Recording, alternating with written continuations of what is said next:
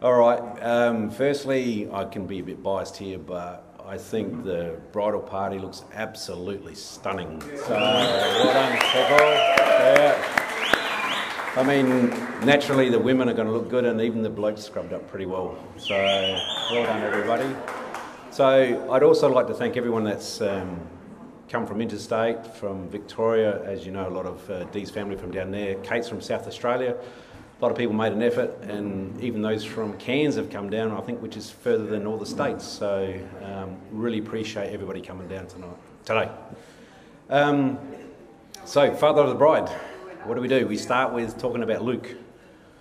Kate's been in Queensland for probably 5 or 6 years. 6 years, was close. And I guess 3 to 4 years ago, started hearing about a guy called Luke. Well, Kate's mum and sister did. I didn't hear it till a little bit later. And when Kate started to speak to me, it was about ticking the dad boxes. It was, Dad, I've met this guy Luke. He's a really nice guy. He treats me well. He's a qualified cabinet maker. He's about to become a fully qualified electrician. He's really handy around the place. He's a really nice guy. So yeah, rightio. It's all looking pretty good, and naturally the romance thing sort of started. And I thought, oh, this is going along pretty well. Once again, I don't get told too much. Like all the dad boxes, as far as whether he's good looking or not, you can talk to Joanne and Sarah about that. Not my department, not interested. So, but, you know, most romances, there's a little bit of a hiccup on the way. Got this phone call from Kate. She says, Dad, Luke's taking me down to pick up my new push bike. And I'm thinking, oh, shit, pure terror. For those that don't know, Luke and his brother Tom are really good on push bikes. They do this aerial stuff where they go off ramps and do somersaults and twists, and they even went to the States, I think, for 3 months in their early 20s to do it.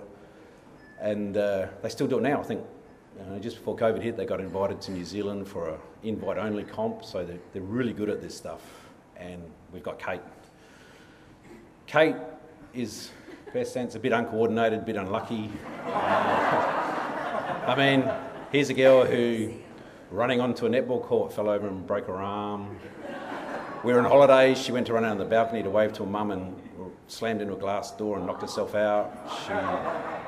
First time I think she met Dee, she fell down the stairs. Is that correct? Yeah.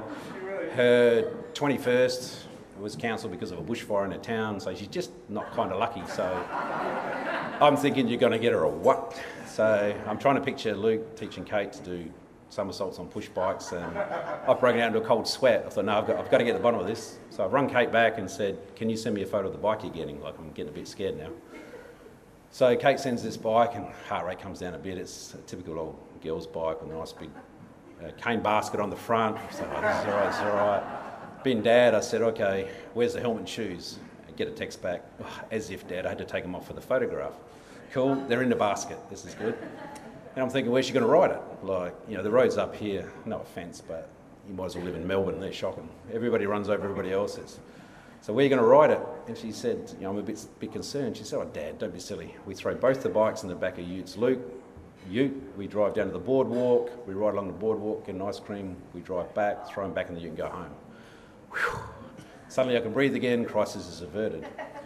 But what this leads to is what Kate and Luke do for each other automatically. Like those that have been living up here and have seen them have seen how they automatically do things. I mean, Luke in his speech in the wedding today mentioned how he'll go watch Kate's Disney films and stuff like that.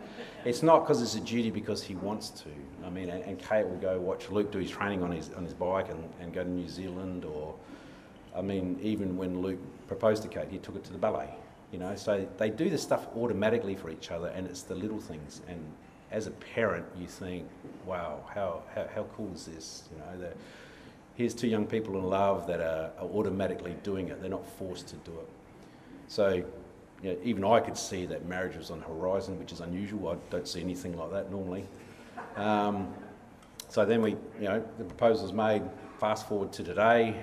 You know, father of the bride, you know, I get a few perks. I got a free ride here.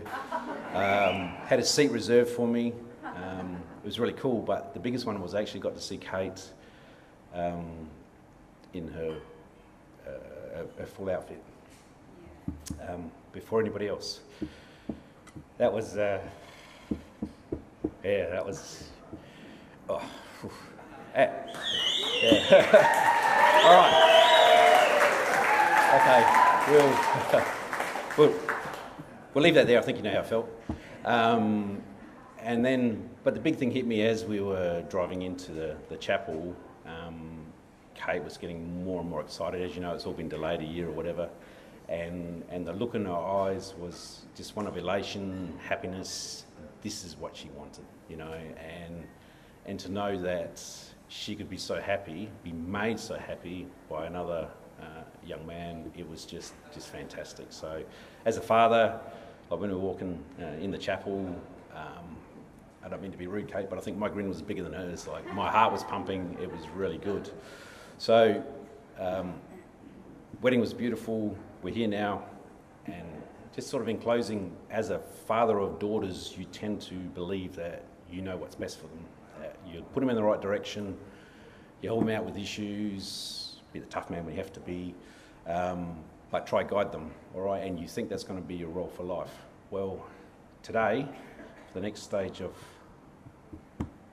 Kate's life, I'm very proud to say that's no longer my role.